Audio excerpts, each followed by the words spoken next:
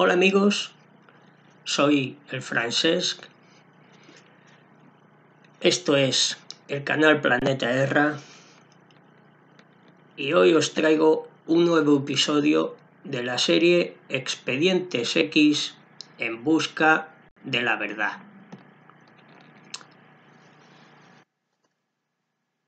Lo he titulado Michel, telarañas y no contacto.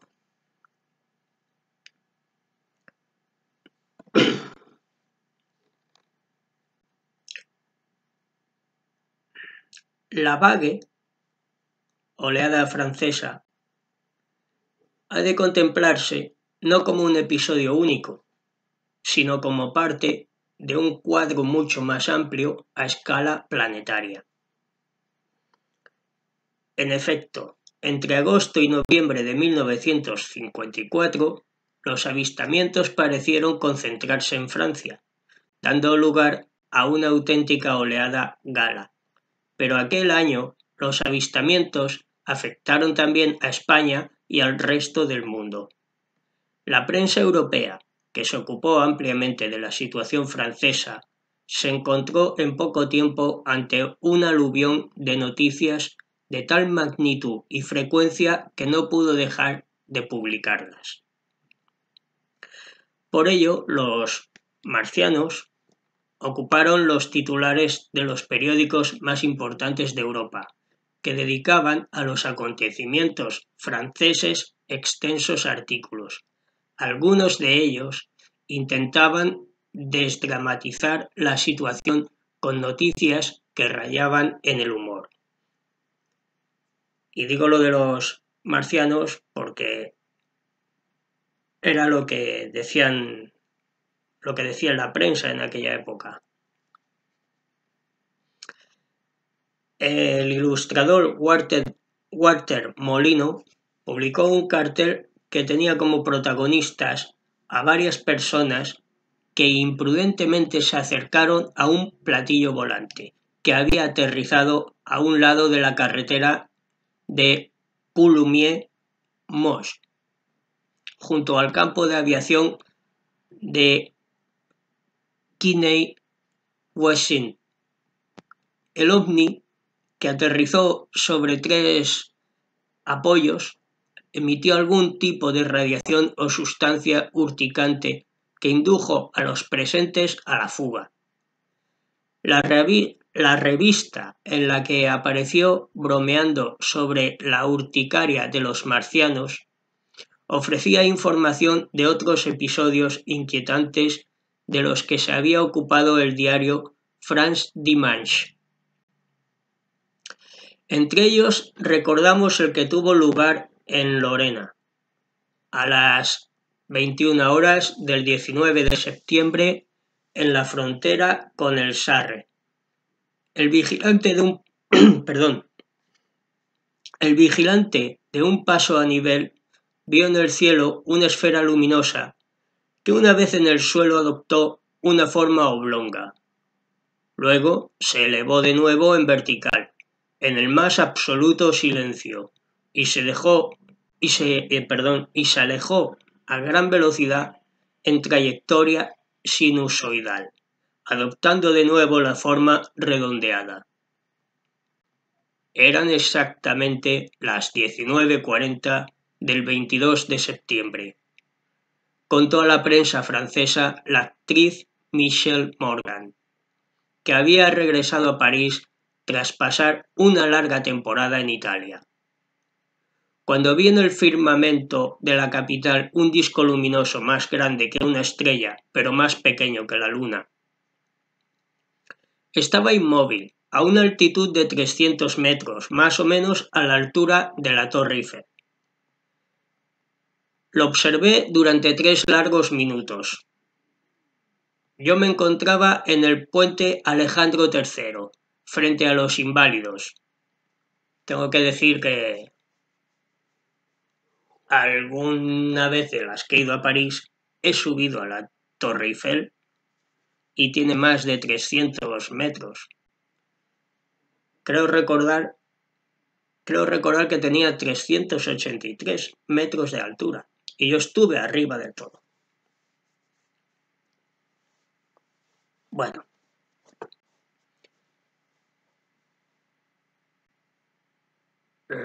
Sigo leyendo. Después, el disco desapareció ascendiendo verticalmente y realizando el mismo tipo de maniobras que un helicóptero.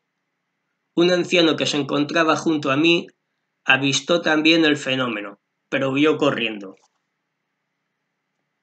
Bueno, todo esto es la declaración de la actriz Michelle Morgan. Encuentro del tercer tipo en Beckard. No sé si sabéis lo que es el tercer tipo. Tercer tipo es cuando, lo que llaman el tercer tipo, es cuando no ya, es que, bueno, sí, ves el ovni, ves la nave, pero ves, por ejemplo, cómo descienden de la nave, descienden los extraterrestres. Puedes incluso llegar a hablar con ellos. Esto es encuentros del tercer tipo, contacto ya con el extraterrestre. Ya contacto visual.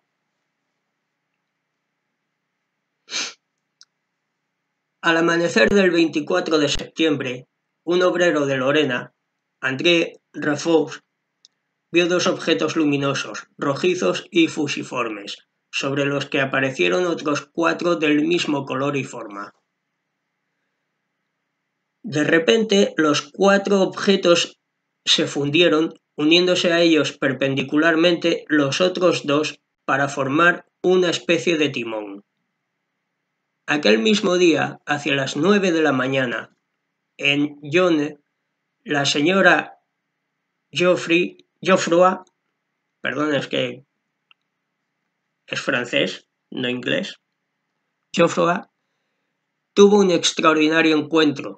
Se hallaba a unos 50 metros del lavadero donde acudía habitualmente a hacer la colada cuando vio a la izquierda de la carretera, posado sobre el suelo en un claro, un artefacto en forma de huso, con una pequeña cúpula, y de pie sobre la cúpula un hombre de aspecto normal. Asustada, la mujer se alejó y cuando más tarde volvió al lugar, el aparato y su piloto ya no estaban. Este relato fue confirmado por una muchacha que había observado de lejos la extraña máquina.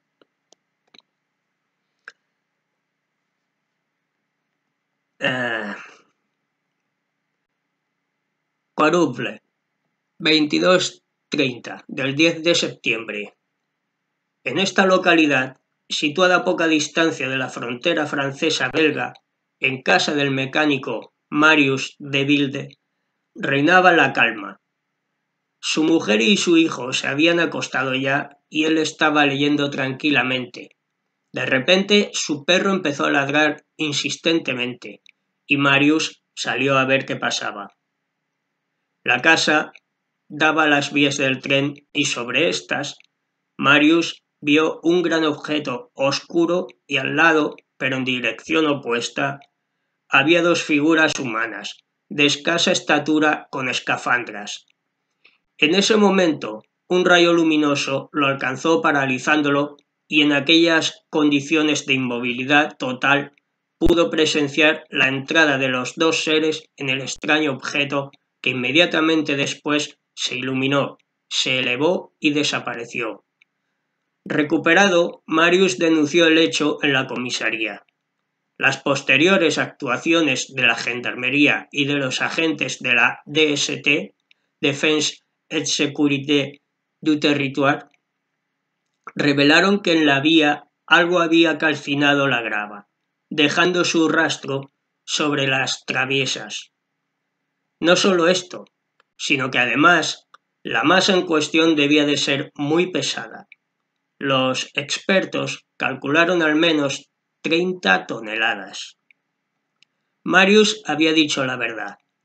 Esta historia tendría continuación aunque desgraciadamente solo se dispone de su testimonio. En efecto, el 10 de octubre siguiente, hacia el mediodía, su hijo le llamó a gritos, avisándole de que había un coche sobre las vías del tren. Marius salió de casa y vio un objeto metálico acampanado sobre las vías y unos pequeños seres en el exterior. Uno de ellos se adelantó y el testigo pudo distinguir su ropa, que consistía en un mono de astronauta con casco transparente que permitía ver el rostro del ser, un rostro humano de rasgos orientales y que se paró delante de Marius y su hijo y pronunció unas palabras incomprensibles. Luego se dirigió hacia las gallinas que correteaban y agarró una de ellas, y volvió a la nave.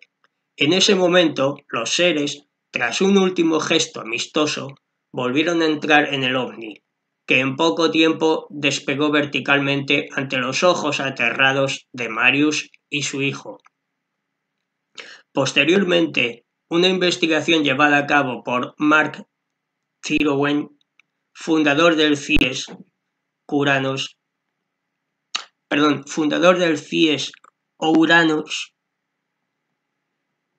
el primer organismo ufológico privado francés, encontró sobre las vías una huella análoga a la anterior. Además, el perro de Marius, que había sido el primero en percibir la presencia de los extraños seres, fue desmejorando visiblemente y murió al cabo de pocos meses. De cualquier forma, este caso tendría unas consecuencias inesperadas varios años después. En efecto, el protagonista sostuvo que había mantenido otros contactos con los extraterrestres que le habían visitado en 1954, adoptando actitudes en la línea del contactismo clásico con contenidos religiosos hasta el momento de su muerte en 1966. Bueno, en este último caso que acabo de leer, yo no sé qué vería este buen hombre, no lo sé. Pero en cuanto al tema religioso, los únicos que yo sepa, la única raza extraterrestre que tiene más parecido a la raza terrestre y que tienen un sistema muy parecido también político, un sistema político y religioso muy parecido, son los únicos. Otros extraterrestres, que yo sepa, no tienen nada que ver con la religión. En cuanto al tema de escafandras y trajes de astronauta y todo esto, ya, amigos, sospechoso. Eso de extraterrestre tiene poco. Bien, continuamos. El efecto Mitchell.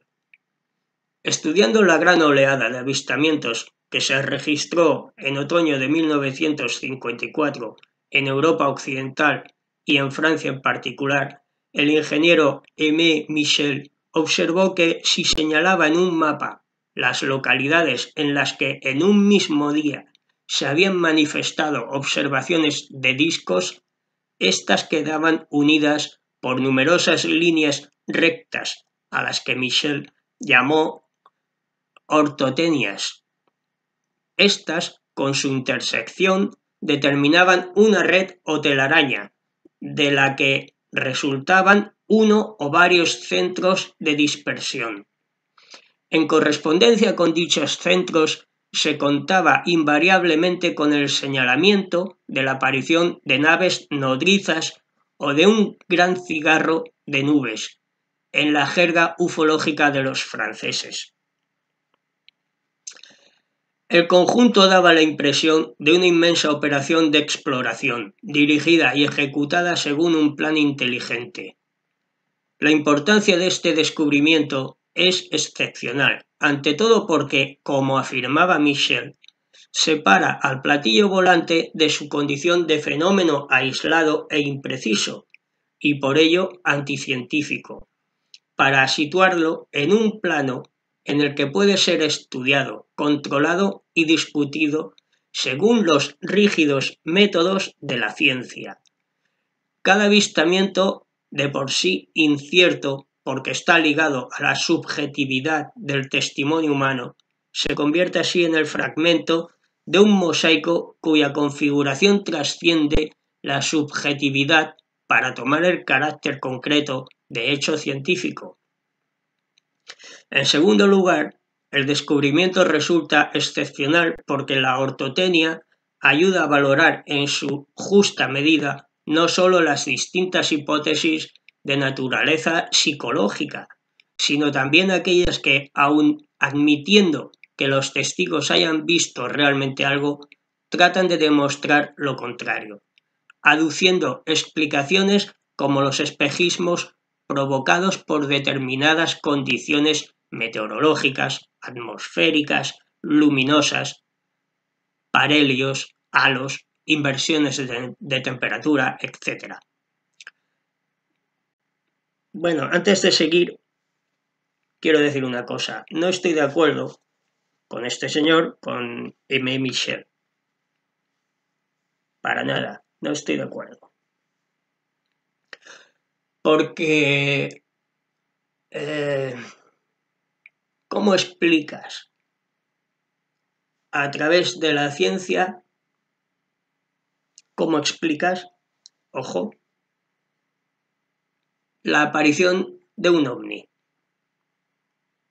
¿Cómo explicas todos esos fenómenos tan extraños con ayuda de la ciencia terrestre? Es imposible. Y no volvamos a las viejas historias del globosonda. No volvamos a eso.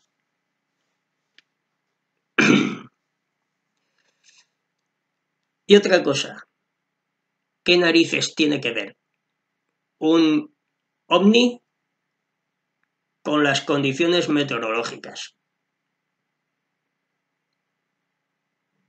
¿Cómo se puede explicar el avistamiento de un ovni, por ejemplo, que es que se formó una niebla? A ver, señores, un poquito de seriedad. Un poquito de seriedad. Una cosa es la niebla, otra cosa es el ovni. Sigo leyendo. Tras el descubrimiento de Michel, los partidarios de estas hipótesis se encontraron ante la incómoda situación de tener que explicar cómo es posible que parhelios, halos e inversiones térmicas, aparte de registrarse con frecuencia tan extraordinaria en un mismo día, se manifestaron a lo largo de líneas rectas que conformaban, a su vez, redes geométricas similares a telarañas. Las alineaciones de 3 puntos no son muy significativas, pero sí las de 4 puntos. La oleada francesa tuvo, por tanto, enorme importancia, ya que permitió distinguir por primera vez el esquema inteligente del que formaban parte. Antonio Rivera, descubridor de la oleada ibérica de 1950, aplicó el mismo método que de Michel y descubrió una red ortotécnica idéntica, con sus centros de dispersión y una disposición radial. Ambas oleadas coinciden con sendas oposiciones de Marte. De ahí que la prensa francesa dijera lo de los marcianos. Pero no son siempre marcianos. Ni creo que fueran marcianos. Aimé Michel, fallecido el 27 de diciembre de 1992, se debe el mérito de haber vislumbrado el esquema ortotécnico y de haber atraído así la atención de la ciencia hacia el fenómeno. Gracias a su obra se afrontó otra importante cuestión, la de por qué los misteriosos ocupantes de los ovnis parecen aplicar una política dirigida a evitar el contacto con nosotros. En otras palabras, la cuestión del no contacto. Ojo, del no contacto. Michel sugirió 5 hipótesis principales. Disculpad un segundo.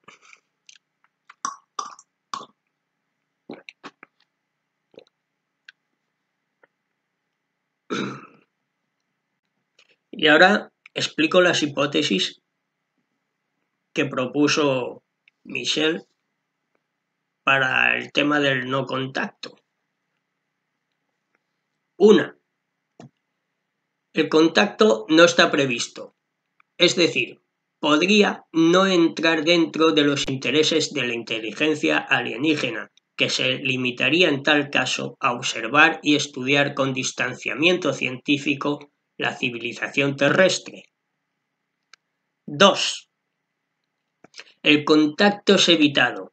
La inteligencia alienígena sería consciente de que la civilización terrestre, inferior desde el punto de vista evolutivo, estaría destinada a sucumbir. 3.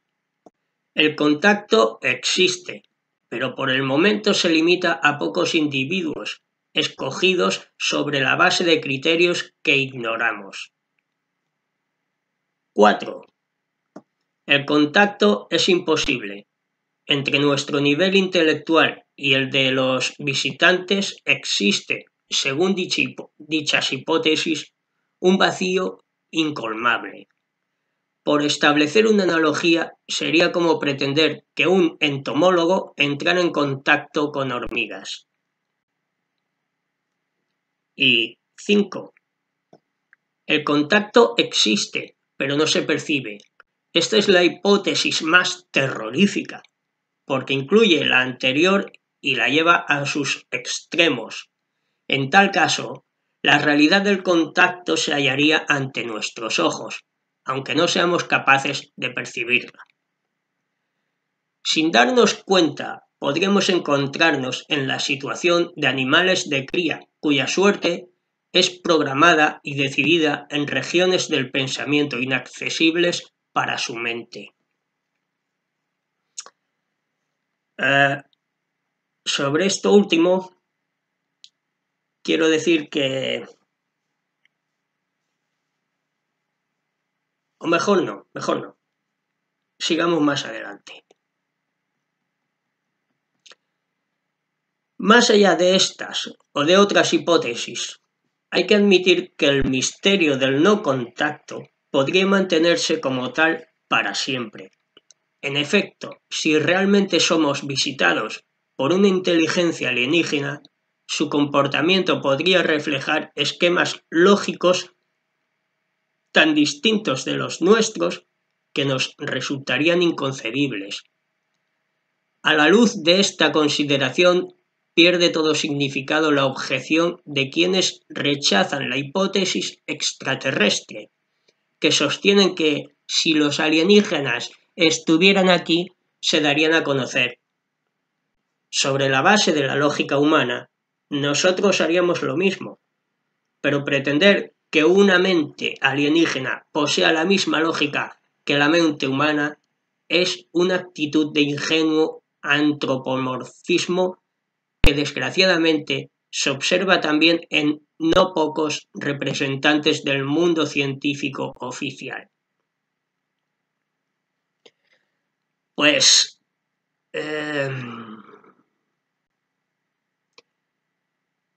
yo pienso sobre esto que he leído, dice si los alienígenas estuvieran aquí se darían a conocer.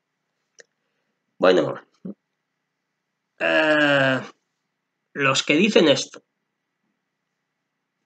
no son palabras mías. Los que dicen esto, las personas que dicen esto, sino que sepan que ellos no han visto alienígenas porque caminan por ahí con los ojos cerrados. Eso quiero dejarlo claro. Cuando se camina con los ojos cerrados, ¿qué esperas ver? Abre los ojos. Y entonces verás muchas cosas.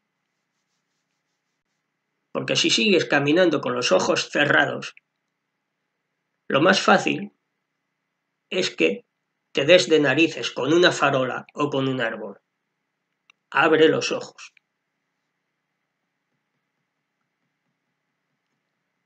Bueno, debo apuntar otra razón por la cual los extraterrestres rehuyen el contacto, y esta razón elimina todas las hipótesis que he citado anteriormente. La razón de la que hablo es la primera directiva. Los extraterrestres no deben intervenir directamente y cambiar el curso de los hechos. Solo pueden acercarse para observar y aprender. Ellos no pueden, tienen esta directiva que les limita a hacer ciertas cosas. Además, la Tierra permanece en un 3D artificial muy perjudicial para los extraterrestres y solo pueden permanecer por un tiempo limitado, porque ellos son seres de densidades superiores, de planos más elevados. Por ello, raramente contactan con alguien, aunque hay personas con las que sí contactan. Pero eso es porque esas personas están en una frecuencia muy similar a la de los extraterrestres. Y ojo, he dicho similar, no la misma.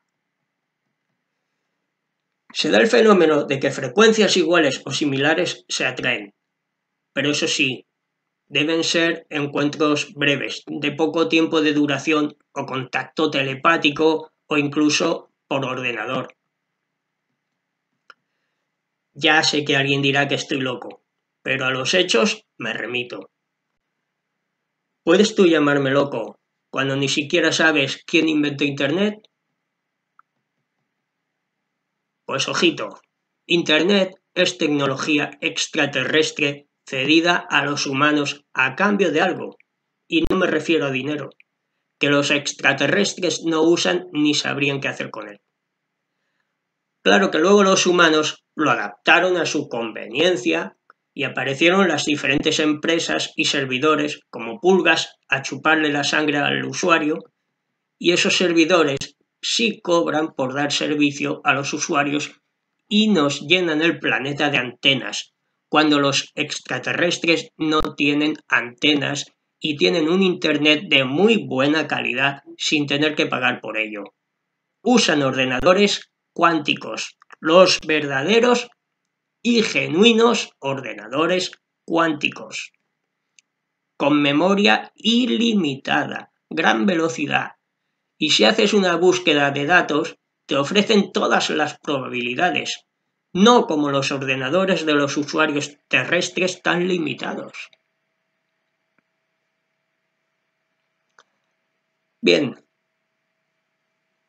ahora debo hacer muchas cosas, de manera que mejor me voy despidiendo ya por hoy, pero no olvidéis suscribiros si queréis seguir mis vídeos. Gracias a todas las personas que están suscritas a este canal y que dejan sus likes. Un abrazo a todos, terrestres y no terrestres. ¡Chao!